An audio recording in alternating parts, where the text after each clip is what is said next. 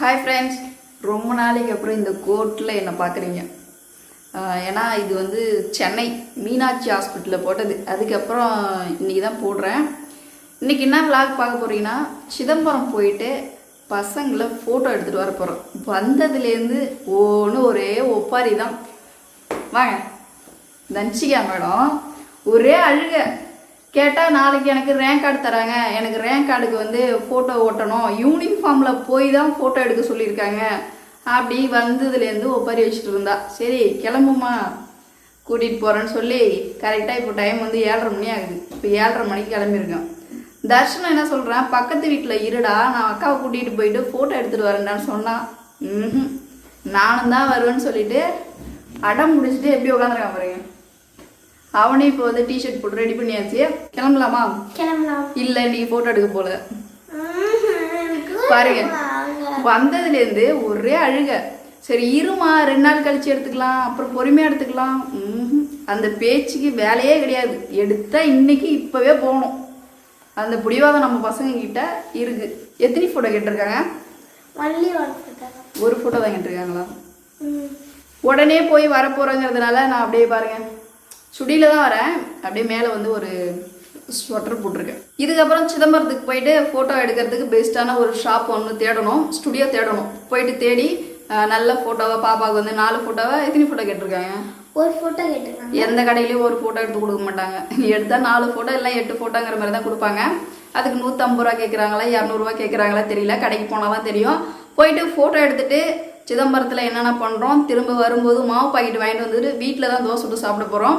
தொடர்ந்து விளாகை ஸ்கிப் பண்ணாமல் பாருங்கள். வாங்க போகலாம். டயர் வேற சரியில்லை. டயர் வந்து ஆல்ரெடி தேஞ்சு போயிருக்கு. புது டயர் இன்னும் போடலை. எங்கே பஞ்சர் ஆகுமோன்னு வேற பயமாக இருக்குது. பாருங்க ஃபுல்லாக வந்து தேஞ்சு போயிடுச்சு டயர். T+ டயர் தான், ஆனால் மாற்றலை இன்னும். காட்டுறேன் பாருங்க. பாருங்க அப்படியே வழவழன்னு இருக்கும் பாருங்க. லேசாக ஒரு கல் ஏறினா கூட கண்டிப்பாக வந்து பஞ்சர் ஆகி நிற்கிறதுக்கு வாய்ப்பு இருக்கு.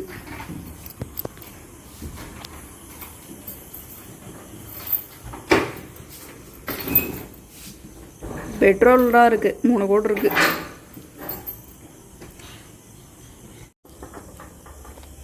நீ எங்கடா வர? இங்கே ராந்தர்ஷி அந்த ஆயா வீட்டில் விட்டு போகிறேன். அக்காவுக்கு மட்டும் போயிட்டு ஃபோட்டோ எடுத்துகிட்டு வந்துடலாம். பர்ஸு தர மாட்டேன். ஏன் பர்ஸு தர மாட்டேன்? ப்ளீஸ் நீ இங்கே பாட்டி வீட்லேயே இரு. பாட்டி நல்லா பார்த்துப்பாங்க ஒன்று. பிடிவாதக்காரனாக இருக்கான் தர்ஷன். குயிக் வேகமாக வாங்க, டைம் இங்கே 7:30 ஆயிடுச்சு. சீக்கிரம் வீட்டுக்கு வரணும். 7:30 ஆயிடுச்சு. ஆமாம், திரும்ப வந்து சாப்பிட்ணும்ல. சரி தர்ஷே, பாட்டி வீட்டில் விட்டு போகிற இருடா. சினிங்க வேண்டிதான்.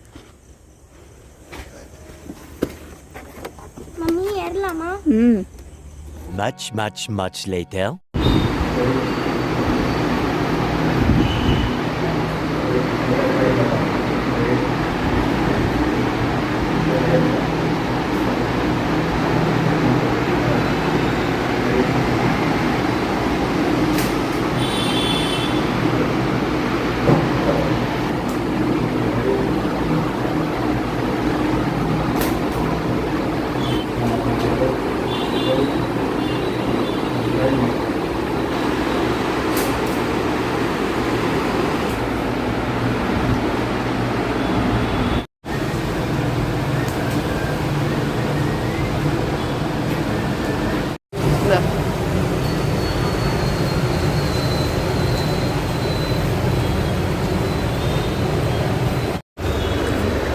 ஃபோட்டோ கடை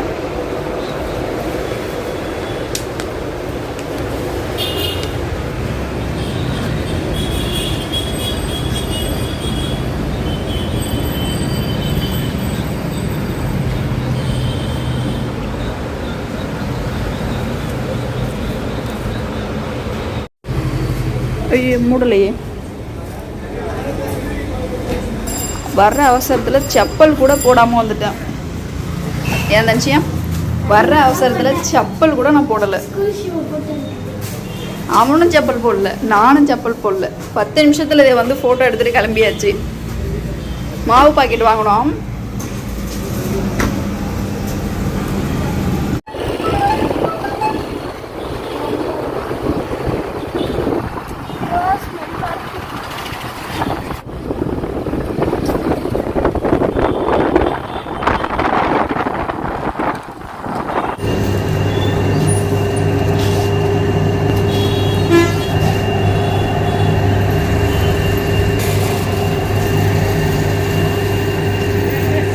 வா பின்னாடி வா. ஒரு பாக்கெட் மாவு வாங்கியாச்சு. கையில் வச்சுக்கோ, பர்ஸு வச்சுக்கோ. ஃபோட்டோ எடுத்துகிட்டு வீட்டுக்கு வந்தாச்சு. கரெக்டாக டைமு கரெக்டாக எவ்வளோ இருக்கும்? 8 இருக்குமா? அரை மணி நேரம் தான். ஜஸ்ட்டு அரை மணி நேரத்தில் போயிட்டு வந்தாச்சு. கேட்டு லாக் பண்ணிடுறோம்.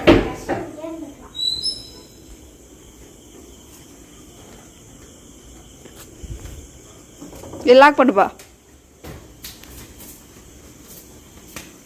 இல்லைன்னா நான் விட்டுட்டேன்னா ஓடிடும் டோர். திரும்பி அப்புறம் பிடிக்கணும்.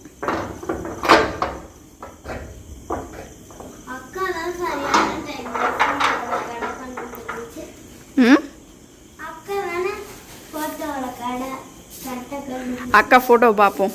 எப்படி இருக்குது ஃபோட்டோ? கடையிலே பார்த்தோம், நல்லா இருந்துச்சு. மாவு பாக்கெட் வாங்கிட்டு இருந்துச்சு. போங்க போய் தோசை ஊற்றி சாப்பிடுங்க. இன்றைக்கி மிச்சம் பண்ணியாச்சு. கடையில் சாப்பிட்ணுன்னா கண்டிப்பாக எவ்வளோ ஆகும்? 100 ரூபா செலவாகும். 35 ரூபாய்க்கு மாவு பாக்கெட் வாங்கி முடிச்சாச்சு. டைம் கரெக்டாக 8:30 ஆகிடுச்சு. 7:45 போனோமா? ஒரு 3/4 மணி நேரம் ஆகுமா? 3/4 மணி நேரம் ஆயிருக்கும்ல. சரி போய் தோசை ஊற்றி சாப்பிடலாமா? டோர் லாக் பண்ணிட்டு வந்துடு தர்ஷு. டோர் லாக் பண்ணு.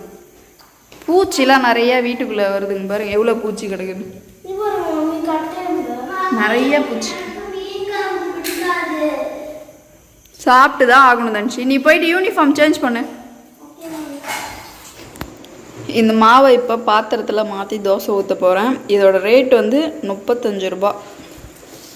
இது 2 வேளைக்கு பார்த்தோம் எங்களுக்கு. எங்கள் 3 பேருக்கும் நைட்டுக்கும் காலைக்கும் கரெக்டாக வரும். இதில் குறைஞ்சது ஒரு 10 தோசை சுடலாம். சரி இதை வந்து ஒரு பாத்திரத்தில் மாற்றிக்கலாம். பாத்திரத்தில் இப்போ மாவு மாற்றியாச்சு. பாருங்கள் எவ்வளோ வந்திருக்குன்னு. நல்லாயிருக்கும். இவங்க வந்து உப்பு போட்டு கரைச்சி கொடுக்குறாங்க. 35 ரூபா ரேட்டு.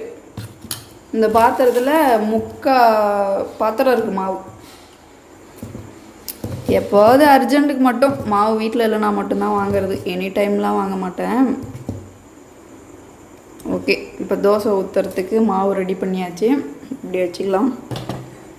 நேற்று வச்ச மீன் குழம்பு இருந்துச்சு. அது இப்போ வந்து ரைட்டாக சூடு பண்ணிகிட்ருக்கேன். இன்னைக்கு தோசை மீன் குழம்பு தான் நைட்டுக்கு சாப்பாடு.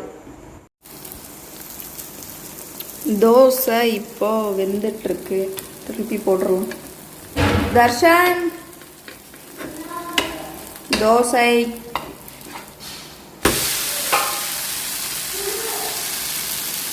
ஃபஸ்ட்டு தோசை. தர்ஷனுக்கு தூக்கம் வந்துச்சு. பாதி தூக்கத்தில் இருக்கான். கொஞ்சமாக தான் இவன் வந்து மீன் குழம்பு சாப்பிடுவான்.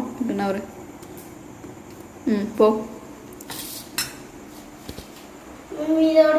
சரி சாப்பிட்டு படு. ஃபைனலாக தோசை சுட்டு முடிச்சாச்சு. மாவு வந்து பாருங்கள், இன்னும் வந்து அரை குண்டா மாவு இருக்குது. ஆக்சுவலி தர்ஷனுக்கு ஒரு தோசை போதுன்ட்டான். எனக்கு 2 தோசை அவ்வளோதான்.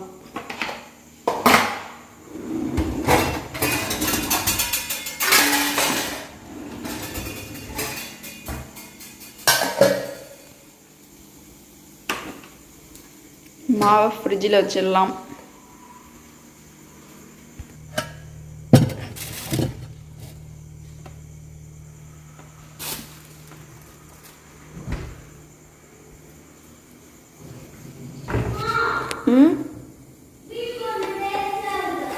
இன்னொரு தோசை வேணுமா?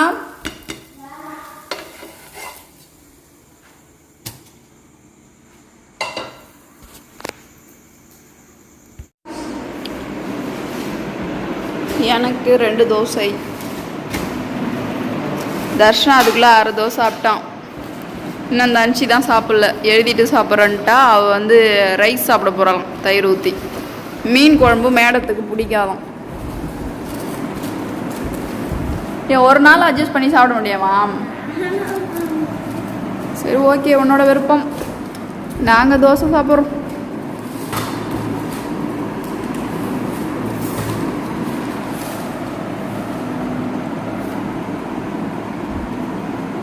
குழம்பு ஊற்றுட்டா சாப்பிடு. நான் வந்து தயிர் ஊற்றி தான் சாப்பிடுவேன், எனக்கு மீன் குழம்பு பிடிக்காதுன்னு சொல்லிட்டு மேடம் இப்போ தயிர் ஊற்றி கொடுக்க சொல்லி பாருங்க. நல்லா பேசுமா, தண்ணி ஊற்றலையா? கம்மி மிச்சர் எடுத்துரும்ல. தன்ஷிக்கு மட்டும் இன்றைக்கி தயிர் சாதம், எங்களுக்கெல்லாம் தோசை மீன் குழம்பு. ஏன் மீன் குழம்பு பிடிக்க மாட்டேங்குது உனக்கு? முன்னெல்லாம் சாப்பிட்டு தானே இருந்தேன் அங்கே சீட்டி போட்ட வீட்டில் இருக்கும்போது. அது என்ன ஃபீலாக இருக்கு? எனக்குலாம் எந்த குழம்பா இருந்தாலும் அடித்து நாக் அவுட் பண்ணி சாப்பிட்றேன். உனக்கு என்ன மீன் குழம்போட ஸ்மெல்லா?